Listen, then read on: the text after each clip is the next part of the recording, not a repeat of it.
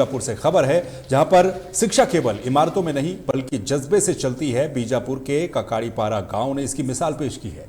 जब प्रशासन ने स्कूल बंद कर बच्चों को 5 किलोमीटर दूर विस्थापित कर दिया तो ग्रामीणों ने हार नहीं मानी। अब एक रसोइया शिक्षिका बनकर बच्चों को पढ़ा रही है, जबकि ग्रामीण घर घर से राशन इकट्ठा कर रहे हैं। ये दिखाता है कि सरकार गांव में शिक्षा के प्रति कितनी गंभीर है और सरकार की नीयत पर भी सवाल उठ रहे हैं कि सरकार लगातार इस तरह की योजनाएं चलाने के बावजूद भी शिक्षा को क्यों नहीं सुधार पा रही है। यहाँ जब स्कूल बंद हुआ था, स्कूल अभी खोलने के लिए हम लोग आए हैं और उसका बात बोले हैं वो, अगर जब तक वहाँ से आदेश नहीं मिलेगा जब तक गांव वाले को पढ़ाते रहेंगे। गांव वाले 12वीं पास वाला लड़का कोई भी रहे उसको पढ़ाते रहेंगे। और सर मैं भी साथ दूंगा, वो भी आप लोग भी साथ दो बोल के बोले। तो विक्रम सबमंडा भी आके वो काफ़ी पुस्तक दे के गए और पेन और राशन भी थोड़ा राशन पानी भी दे के गए लोग क्या समाज से देख के गए हैं विक्रम मोदी जी। और उसका बाद कलेक्टर से भी हम लोग बात रखेंगे बोल के गए। यहाँ का समाज पूरा देख के गए हैं और देख के जाने के बाद फिर मैं भी अभी कलेक्टर अभी जा रहा हूँ बीजापुर कलेक्टर महोदय से मिल के बातचीत करेंगे बोल के गए। आया और देखा और मुझे बड़ा आश्चर्य भी लगा कि जो यहाँ मध्याह्न भोजन रोसेरा काम करती थी वो पार्वती टोवासी वही मध्याह्न भोजन भी बनाती है और बच्चों को भी पढ़ा रही है। वर्तमान समय में पिछले 30 तारीख से स्कूल बंद है और स्कूल संचालन वो खुद कर रही है। ग्रामीण सामूहिक तौर पर हर घर से चावल और सब्जी लाकर मध्याह्न भोजन का संचालन करवा रहे हैं। ये अपने आप में बड़ी बात है। बस्तर जैसे क्षेत्र और वहाँ खासकर बीजापुर जैसे दुर्गम इलाकों में ग्रामीणों में इतनी जागरूकता मैंने पहली बार देखा है और बहुत अच्छा लगा मुझे।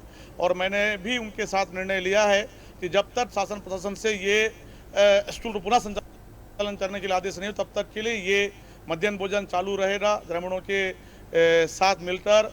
और जो मध्याह्न भोजन और शाला का संचालन कर रही है पार्वती, उनको भी वेतन देने का निर्णय हम सबने मिलकर लिया है और मेरा भी पूरा सहयोग इनके साथ रहेगा। तब तक के लिए वैकल्पिक व्यवस्था के तौर पर हम स्कूल संचालन ग्रामीणों के साथ मिलकर करते रहेंगे।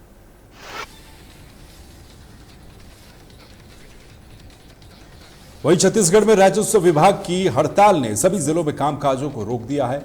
गैरोला, पेंड्रा, मरवाही जिले में भी तहसीलदार और नायब तहसीलदार एक साथ दिखे, जिससे तहसील कार्यालयों में तालेबंदी रही। नामांतरण, बंटवारे जैसी जरूरी राजस्व काम पूरी तरह से ठप हो गए। संघ का कहना है कि लंबित मांगों पर सरकार की अनदेखी से असंतोष बढ़ रहा है और जल्द सुनवाई न होने पर आंदोलन और तेज होगा। प्रशासनिक संघ तहसीलदार और नायब तहसीलदारों का प्रतिनिधि मंडल अभी हम लोग 3 दिवसीय सामूहिक अवकाश पर हैं और हड़ताल पे हैं, जिसमें हमारी 17 प्रमुख मांगे हैं जिसकी पूरा करने के लिए हम लोग हड़ताल पे हैं।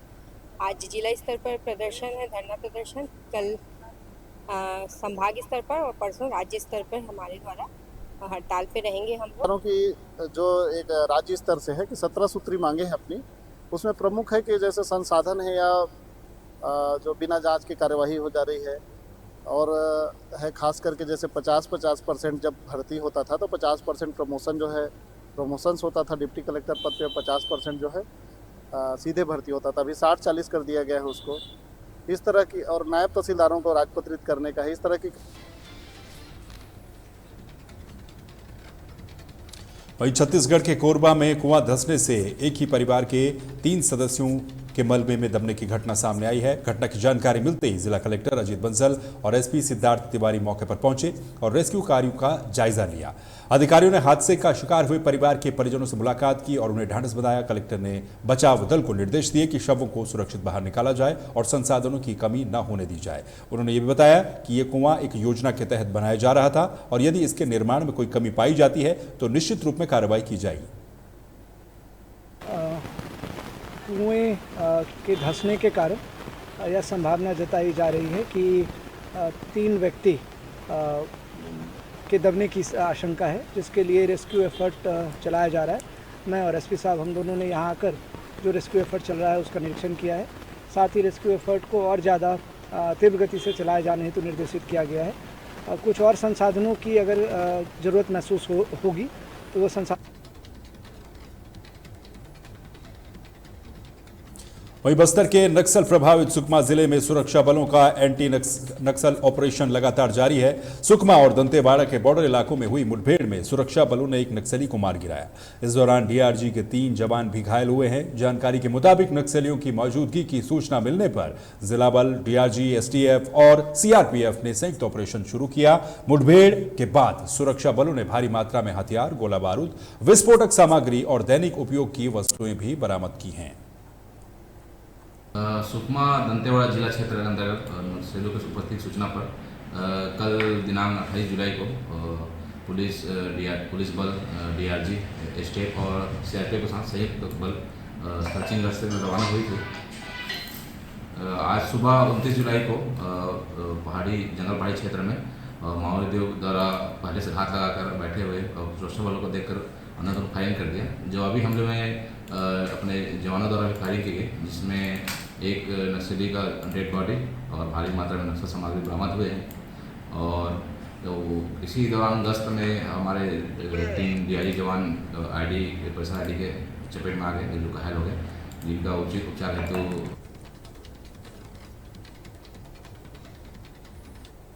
वहीं छत्तीसगढ़ के दुर्ग रेलवे स्टेशन पर बजरंग दल कार्यकर्ताओं के द्वारा धर्मांतरण के आरोप में गिरफ्तार की गई 2 ननों वाला मामला गर्मा गया है। इस मामले को लेकर राष्ट्रीय स्तर पर राजनीतिक हलचल तेज हो गई है। पिछले दिनों बजरंग दल के कार्यकर्ताओं ने 2 ननों पर 3 युवतियों का धर्मांतरण करवाने का आरोप लगाते हुए दुर्ग रेलवे स्टेशन पर जमकर हंगामा किया था। कांग्रेस के राष्ट्रीय महासचिव केसी वेणुगोपाल ने छत्तीसगढ़ के मुख्यमंत्री को पत्र लिखकर बजरंग दल पर इनको परेशान करने का आरोप लगाया था। केरल से 5 सांसदों का एक दल भी दुर्ग सेंट्रल जेल पहुंचा। इस दौरान दुर्ग जिले के स्थानीय नेता भी सांसदों के साथ मौजूद रहे। छत्तीसगढ़ के पूर्व सीएम भूपेश बघेल भी सेंट्रल जेल पहुंचे और उन्होंने केरल के सभी सांसदों से मुलाकात की।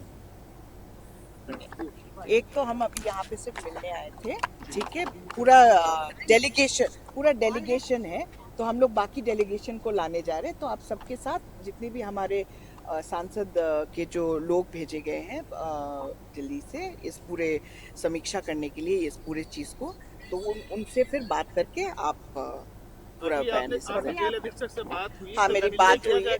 हाँ, मिलने दिया जाए। परमिशन नहीं होने की बात हो रही है? नहीं, परमिशन होने की तो हो गई है।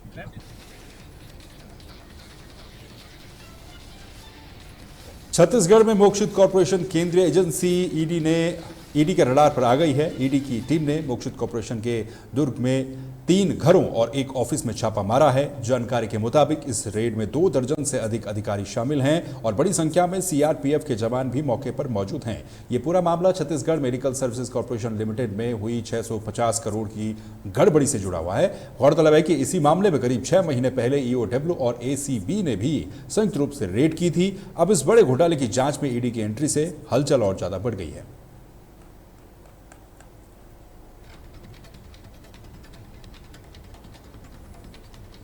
वहीं मध्य प्रदेश के गुना में कलेक्टर किशोर कुमार कन्याल और पुलिस अधीक्षक अंकित सोनी ने शहर के विभिन्न बारिश प्रभावित क्षेत्रों का निरीक्षण किया, साथ ही खाद्य सामग्री भी वितरित की। वहीं उन्होंने लोगों की समस्याओं का निवारण करने का भी जिक्र किया।